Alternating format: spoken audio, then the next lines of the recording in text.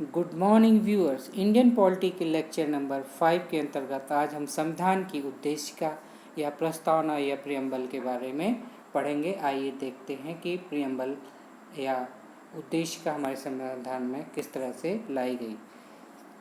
संविधान सभा में दाखिल होने वाला जो प्रथम दस्तावेज था वो था प्रस्तावना या प्रियम्बल।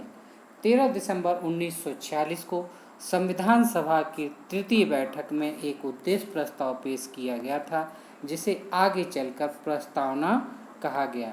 आइए देखते हैं प्रस्तावना या प्रियम्बल हमारे भारत की क्या है।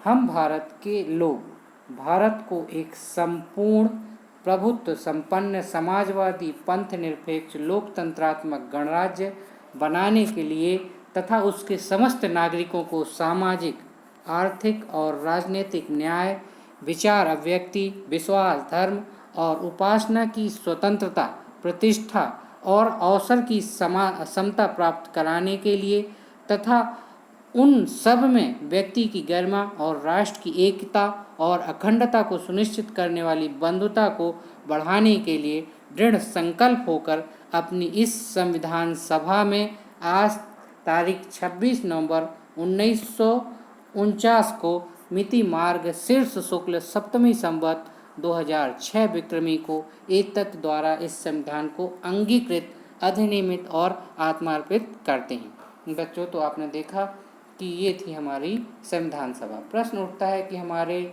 संविधान को पावर कौन देता है। तो हमारे संविधान को जो पावर मिलती है वो इन 3 शब्दों से मिलती है। ये शब्द हैं हम भारत के लोग। आइए देखते हैं कि प्रस्तावना में या प्रियम्बल में क्या कभी कोई संशोधन हुआ है। तो यस, संविधान की प्रस्तावना में एक बार संशोधन हुआ है। संविधान की प्रस्तावना में 42वें संविधान संशोधन द्वारा 1976 में 3 शब्द जोड़े गए। ये शब्द पूछे जाते हैं, कौन कौन से शब्द जोड़े गए। तो पहला शब्द जोड़ा गया समाजवादी सोशलिस्ट, दूसरा शब्द जोड़ा गया पंथ निरपेक्ष सेकुलर और तीसरा शब्द जोड़ा गया अखंडता या इंटेग्रिटी। कुछ और चीज़ जान लेते हैं। यहाँ पर देख लेते हैं कि ये जो शब्द न्याय आया है प्रियम्बल में, ये रूस की क्रांति से प्रेरित है।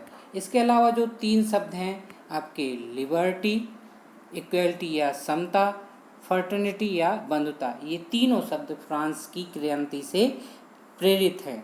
और एक और चीज़ कभी कभी पूछ लिया जाता है कि इन शब्दों का क्रम क्या है। इन शब्दों में से ये क्रम पूछ लिए जाते हैं कि प्रभुत्व संपन्न पहले बार आता है, दूसरे बार क्या आता है समाजवादी, तीसरे बार आता है पंथ निरपेक्ष, चौथे बार आता है लोकतंत्रात्मक। तो इन शब्दों का क्रम भी पूछ लिया जाता है। और कभी कभी पूछ लिया जाता है कौन से न्याय की बात प्रस्तावना में की गई है। तो प्रस्तावना में 3 तरह के न्याय की बात की गई है, सामाजिक आर्थिक और राजनीतिक न्याय, ये भी पूछ लिया जाता है। आइए तो आज के लेक्चर में बस इतना ही। फिर मिलते हैं next time. Goodbye. Video like करें, शेयर करें, सब्सक्राइब करें। Good bye.